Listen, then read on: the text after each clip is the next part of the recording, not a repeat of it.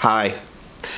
Happy to be with you again today. Sorry I missed yesterday, but I've been needing, there's been some things I've been needing to do on my house for a couple of years, and I couldn't figure out how to do it, and I needed a lift, but a lift was very expensive, and so I was trying other things. Finally, I got to the point I said, you know what, I've just got to get it done. I've got to do it. And so I rented the lift, but you pay for that lift, almost each hour that you have it, and so I needed to use it. I needed to get on it and get the work done, so I just couldn't. I didn't have.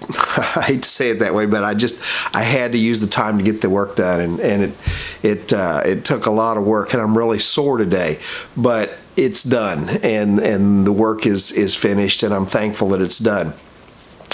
I read something that made me think about something else. That happens all the time.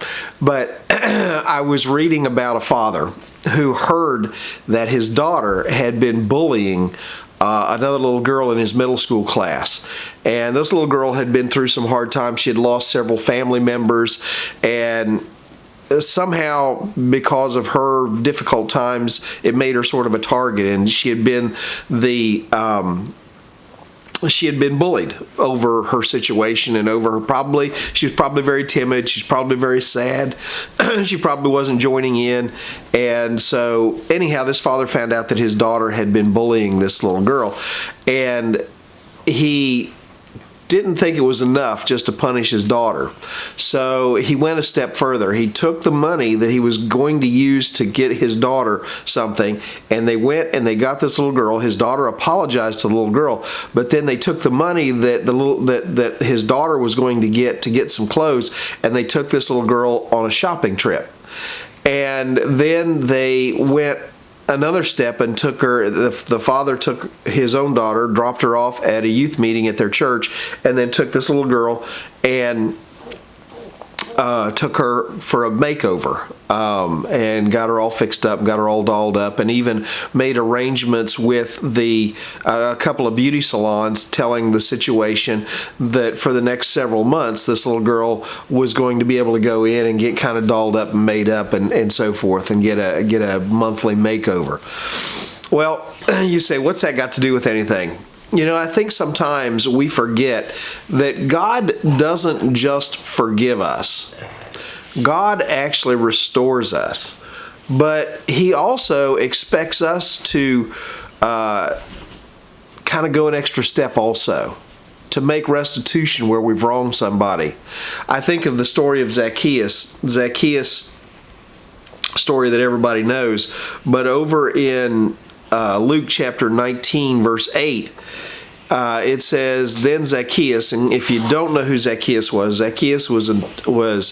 a tax collector who, back in Jesus' day, the tax collectors were the lowest of the low. We don't think much of the IRS today, but tax collectors back in Jesus' day, literally they were given an amount that they were supposed to collect, and then anything they collected above that was their own money, and the Roman government really didn't care about that. They didn't really care that that they collected more than they were supposed to, and so they just kind of let them. They just kind of let them run, and they kind of let them do what they wanted to do. And so tax collectors were really legal thieves, is what they were, and the people just hated them. The people looked down on them and just hated them. And so Zacchaeus was a tax collector who Jesus went to his house, and he was having dinner with Zacchaeus, and Zacchaeus was so moved by Jesus and so realized that what he had been doing was wrong, he made this statement. He said, then Zacchaeus said to the Lord, Lord, look, I give half of my goods to the poor, and if I have taken anything from anyone by false accusation, I restore fourfold. In other words, Zacchaeus says, it's not enough for me to just change who I am. It's not enough. The sun just came bursting through. It's not enough for me to just ask for forgiveness. It's not enough for me to just,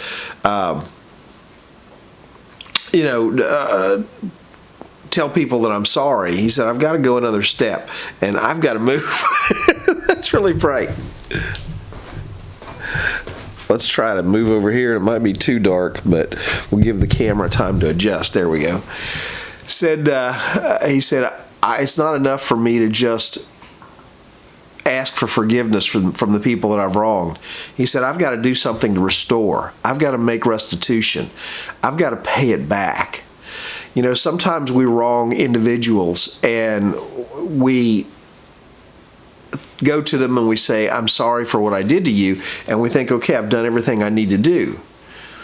Well, what if we'd go another step? What if we'd actually make it up to them? What if we'd actually restore what we've taken from them? What if we'd actually repay the damage or the injury done? I think this is more of a model that God expects from us. The words I'm sorry are easy to say, but actually going the extra mile and making a difference in somebody's life, that says more than all the words that you can say put together. So think about Zacchaeus today. Think about how he restored how he restored people that he had wronged, and think about how you maybe can do the same. Well, my time is gone. I seem to get longer-winded every day. I'm sorry about that. I hope you have a great day today. I hope your day is filled with blessing. If this is something that brings a good thought to your mind, why don't you share it? Copy and paste the link if you're wanting to put it on Twitter, or you're wanting to if you're watching this in the Buzz, it's a closed system, so there's no share button there. You have to copy the link and paste it to your account. But anyhow, let's try and get the word out. It's not enough just to say I'm sorry. Let's take it a step farther. I hope you have a great day today. I hope it's a day that's filled with all kinds of blessings. And I hope that you get the opportunity to just tell somebody else, look, I messed up. I'm sorry. Here's what I want to do about it. Talk to you tomorrow. God bless. Bye now.